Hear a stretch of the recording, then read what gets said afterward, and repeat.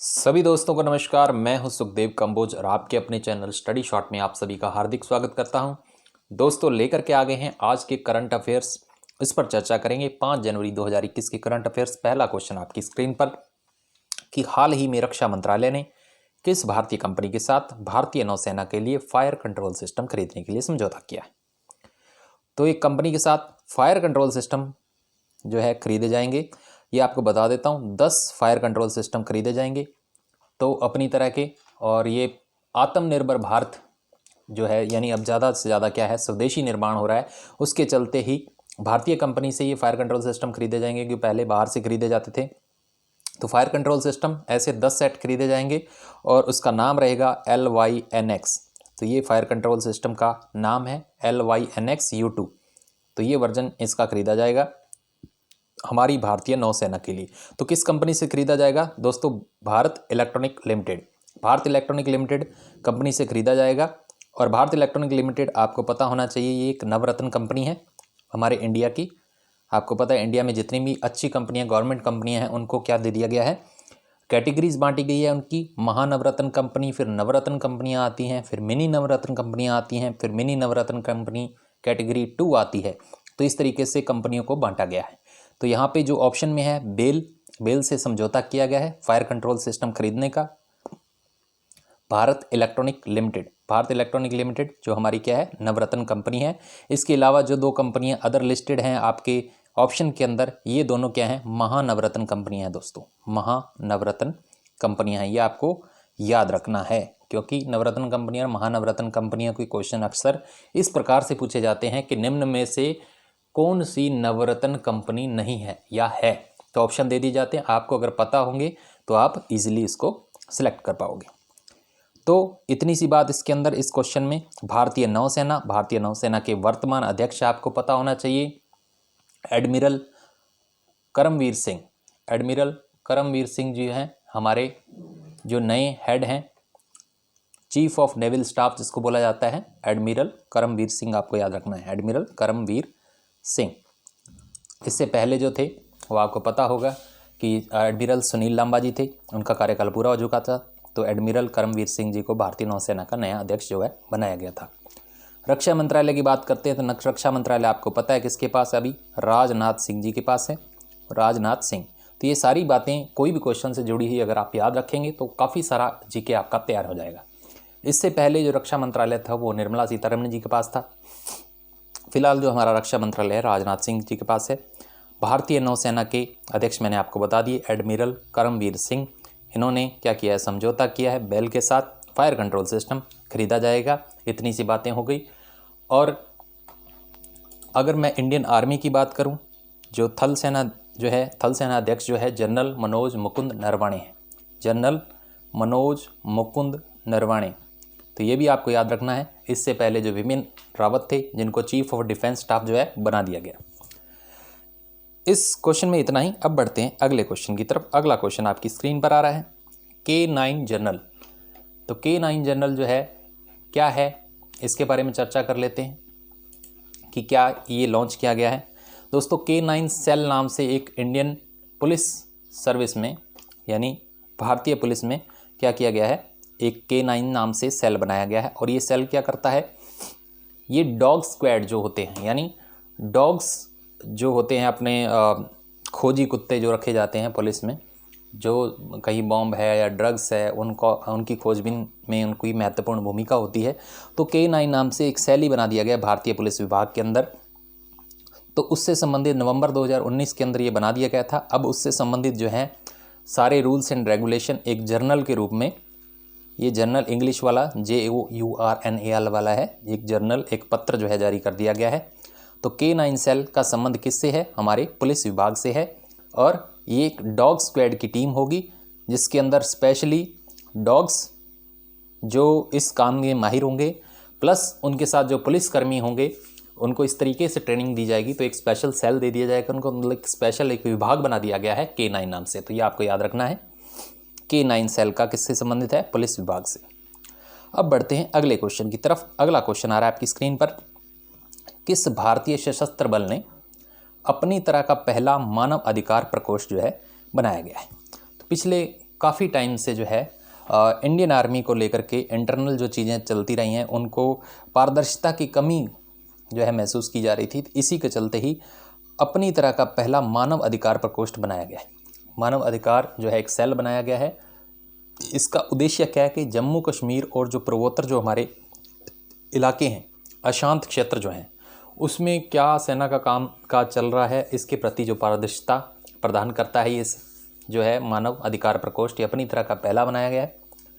तो major general Gautam Chauhan ने इस सेल का जो है प्रथम जो है महानिदेशक के रूप में इनको पदभार दिया गया है, जो डायरेक्ट क्या करेंगे, जो भारतीय सेना के उपाध्यक्ष को रिपोर्ट करेंगे।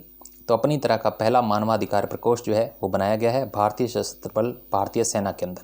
जम्मू एंड कश्मीर, क्योंकि सबसे ज़्यादा गोलाबारी जो अशांत क्षेत्र है वो, और हमारे नॉर्थ ईस्ट जो क्षेत्र के हैं, पूर्वोत्तर जो इलाके हैं जहाँ पर काफ़ी अशांति रहती है, तो वहाँ के लिए जो है मानवाधिकार प्रकोष्ठ जो है स्पेशली डिज़ाइन किया गया है, अपनी तरह का पहला है।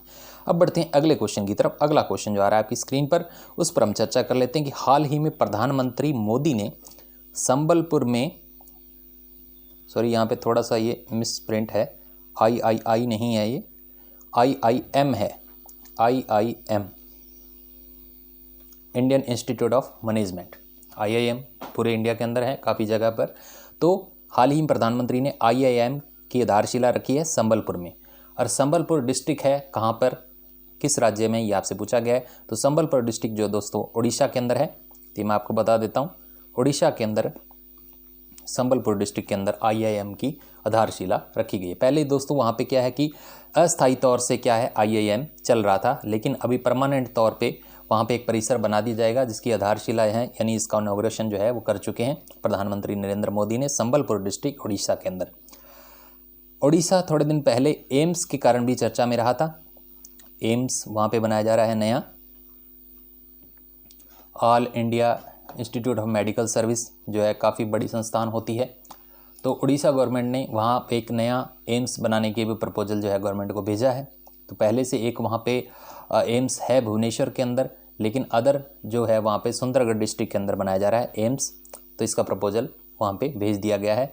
सुंदरगढ़ डिस्ट्रिक्ट में क्या है, ट्राइबल जनजातीय क्षेत्र है और वहाँ पे मेडिकल सर्विसेज की काफ़ी ज़्यादा ज़रूरत है, इसलिए एक नया एम्स जो है तैयार किया जा रहा है उड़ीसा के अंदर।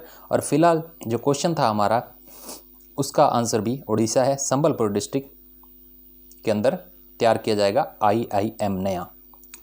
अब बात करते हैं अगले क्वेश्चन की तरफ। अगला क्वेश्चन आ रहा है आपकी स्क्रीन पर कि एशियाई वाटर बर्ड जनगणना, एशियाई वाटर बर्ड जनगणना जो है 2021, जिसे हाल ही में चर्चा में देखा गया था, किस राज्य में आयोजित किया जाएगा। तो इसमें कोई ज़्यादा चर्चा करने वाली बात नहीं है, उस पर हम आपको डायरेक्ट आंसर बता देते हैं कि आंध्र प्रदेश के अंदर ये जो है वाटर बर्ड जो जनगणना की जा रही है बॉम्बे नेचुरल हिस्ट्री सोसाइटी द्वारा, और वेटलैंड इंटरनेशनल इसमें क्या करेंगे, महत्वपूर्ण भूमिका निभाएंगे, तकनीकी सहायता प्रदान करेंगे। तो वाटर बर्ड की जनगणना की जाएगी, काफ़ी सारी एरिया इसमें कवर किए जाएंगे। इसमें इतनी सी बात। अब बढ़ते हैं अगले क्वेश्चन की तरफ। अगला क्वेश्चन आपसे क्या कह रहा है, क्या उस पर चर्चा का विषय है, दीपोर बील किस राज्य का एकमात्र रामसर साइट है। तो रामसर साइट आपको मैं पहले भी अपने एक बार जिक्र कर चुके हैं कि रामसर साइट क्या होती है। रामसर साइट एक ऐसी वेटलैंड होती है, एक ऐसी जो जल से घिरी हुई भूमि होती है जहाँ पर भिन्न भिन्न प्रकार के जो हैं पशु पक्षी जो है पल सकते हैं, और काफ़ी इम्पोर्टेंस रखता है। अलग अलग प्रजातियाँ, स्पेशली जो एंडेंजर्ड स्पीसीज हैं, जो ख़त्म होने की कगार पे, ऐसी प्रजातियाँ अगर वहाँ पाई जाती हैं और काफ़ी अलग अलग तरीके के प्राणी जो वहाँ पे पाए जाते हैं, तो उसको रामसर साइट कह जाते हैं। इंटरनेशनल इंपॉर्टेंस की ये बात होती है और यूनाइटेड नेशन इसमें क्या करता है, उनको चिन्हित कर लेता है। ऐसी रामसर साइट, रामसर इसलिए नाम लिखा जाता है क्योंकि रामसर नाम से एक क्या है, शहर है ईरान के अंदर, वहाँ पर ये सम्मेलन हुआ था। तो इसी के नाम पर रामसर साइट जो है विश्व भर के अंदर अलग अलग हैं। अभी आपसे क्वेश्चन पूछा गया कि दीपोर बिल जो है वो कहाँ की रामसर साइट है। तो रामसर साइट है दोस्तों असम की रामसर साइट है, और ये एकमात्र रामसर जो साइट है दीपोर बिल असम की है। गुवाहाटी के दक्षिण पश्चिमी शोर में ये स्थित है। 2002 के अंदर इसको रामसर साइट जो है वो घोषित किया गया था। तो एकमात्र है, तो ये आपका क्वेश्चन जो है बन सकता है आने वाले दिनों में। अब बढ़ते हैं अगले क्वेश्चन की तरफ। अगला क्वेश्चन आपकी स्क्रीन पर, किस केंद्रीय मंत्री ने वर्चुअल एग्री इंडिया हैकेथन निकेतन जो है 2020 का उद्घाटन किया है? तो एग्री वाला सिस्टम है, एग्रीकल्चर से रिलेटेड है, तो ऑब्वियसली हमारे जो हैं एग्रीकल्चर मिनिस्टर हैं, कौन है? नरेंद्र सिंह तोमर, जो हाल ही में काफ़ी चर्चा में बने हुए हैं, किसान आंदोलन के कारण बार बार मीटिंगें हो रही हैं उनसे। तो नरेंद्र सिंह तोमर ये हमारे क्या हैं? एग्रीकल्चर मिनिस्टर हैं, और इन्होंने ही क्या किया है? इसका उद्घाटन किया है। तो ये आपको याद रखना है कि हमारे एग्रीकल्चर मिनिस्टर कौन है। और इसके साथ साथ क्योंकि एग्रीकल्चर पे काफ़ी ज़्यादा शोर शराबा हो रहा है, तो एग्रीकल्चर से रिलेटेड आपको क्वेश्चन याद रखने चाहिए। एक तो हमारा जो है एग्रीकल्चर मिनिस्टर आपको याद रखना चाहिए, जो नरेंद्र सिंह तोमर हैं, और इनकी कॉन्स्टिट्यूंसी यानी इनका ये कहाँ से आते हैं, कहाँ से चुन करके आते हैं? मुरैना मध्य प्रदेश से चुन करके आते हैं। मुरैना मध्य प्रदेश, एमपी से ये चुन करके आए हैं नरेंद्र सिंह तोमर। तो नरेंद्र सिंह तोमर के बारे में आपको सारी जानकारी होनी चाहिए। और अगर राज्य मंत्री की बात करें, हमारे कृषि राज्य मंत्री जो हैं वो पुरुषोत्तम भाई रूपाला जी हैं। पुरुषोत्तम भाई रूपाला और कैलाश चौधरी दो हैं, तो दोनों को बनाया गया है। तो इस क्वेश्चन में मेन मकसद यही था कि आपको नरेंद्र सिंह तोमर और इसके बारे में बताना, बाकी ये इन्होंने उद्घाटन किया है। अब बात करते हैं अगले क्वेश्चन की तरफ। अगला क्वेश्चन जो आ रहा है आपकी स्क्रीन पर, उस पर हम चर्चा कर लेते हैं।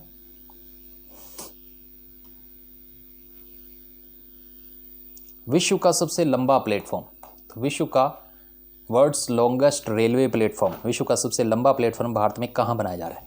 तो दोस्तों इससे पहले मैं आपको जानकारी दे देता हूँ कि विश्व का पहला जो लंबा प्लेटफॉर्म था वो भी इंडिया के अंदर है, अभी उससे भी लंबा बनाया जा रहा है।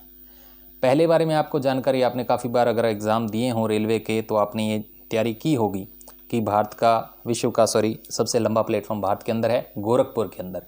गोरखपुर रेलवे स्टेशन जो था हमारा पहले नंबर पे था, लेकिन अब इससे भी लंबा जो है बनाया जा रहा है। गोरखपुर रेलवे स्टेशन जो है कहाँ पे था? यूपी के अंदर। ये भारत का सबसे लॉन्गेस्ट क्या था?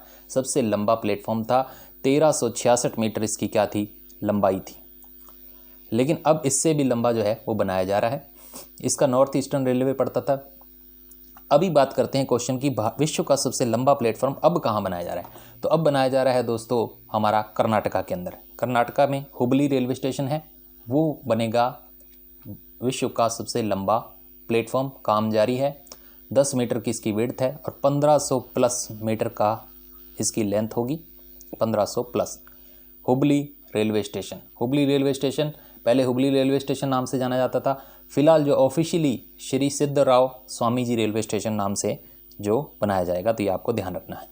तो काफ़ी अच्छा क्वेश्चन जो है बनेगा, क्योंकि विश्व का सबसे लंबा बना रहा है, और इसका इनॉग्रेशन हो जाएगा मार्च 2021 में, इसका स्टार्टिंग हो जाएगी। मार्च 2021 का इसका लक्ष्य रखा गया है। तो विश्व का सबसे लंबा प्लेटफॉर्म कहाँ बनाया जा रहा है? कर्नाटका के हुबली रेलवे स्टेशन को बनाया जा रहा है, श्री सिद्धराव स्वामी रेलवे स्टेशन जिसका पूरा नाम है।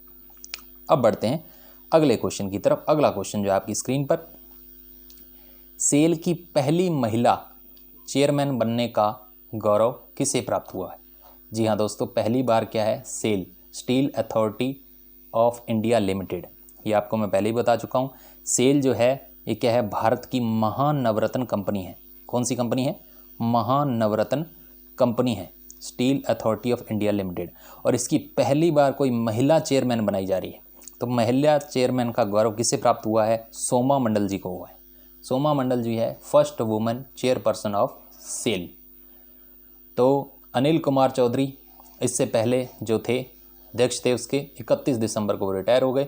उसके बाद जो है 1 जनवरी से सोमा मंडल जी ने अपना कार्यभार संभाल लिया। सोमा मंडल सेल की पहली महिला चेयरमैन। सेल क्या है? महानवरत्न कंपनी है इंडिया की, steel authority of India limited. बहुत सारे क्वेश्चन इससे जुड़े हुए हैं। अब बात करते हैं आगे। तो इतने ही क्वेश्चन जो हैं आज हम लेकर के आए हैं। तो उम्मीद करता हूँ आपको ये क्वेश्चन सारे पसंद आए होंगे।